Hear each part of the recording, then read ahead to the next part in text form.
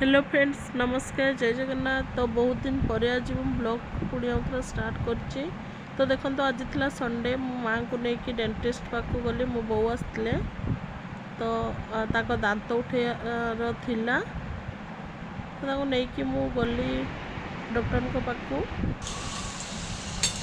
तापर फेरला बेलू मार्केट रू मटन लेके आसली।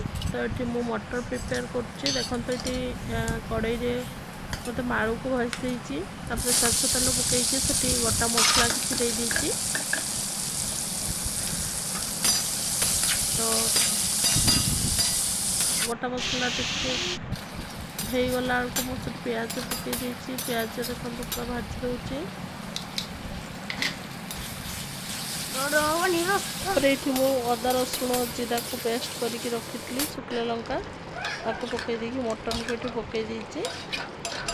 तो जेहेतु मो ट्राइपॉडटा खराब हो तो वीडियो मत जहाँ मोबाइल धरिकी करने पड़ुची से असुविधा हो। तो फाइनली ये मो मटन को पकई देती चर्बी तक अलग काढ़ी रखी देखु ये पूरा मटन पूरा पानी मरीगला।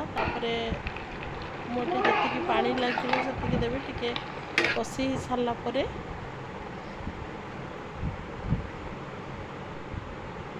ये देखो पूरा मटन पूरा मोर पानी मरी जाइए सुखा ही गला। एबे जी पानी से दरकार मत पानी दवापाई पड़ो।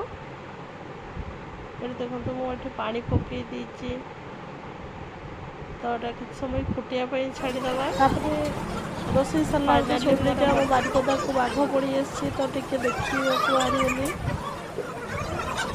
तो ये समस्ते धरुंच बहुत कष्ट मंचपुर बुढ़ी कुमारी स्कूल बाघ को धरले बाघ पड़ता जंगल खायापाई पूरा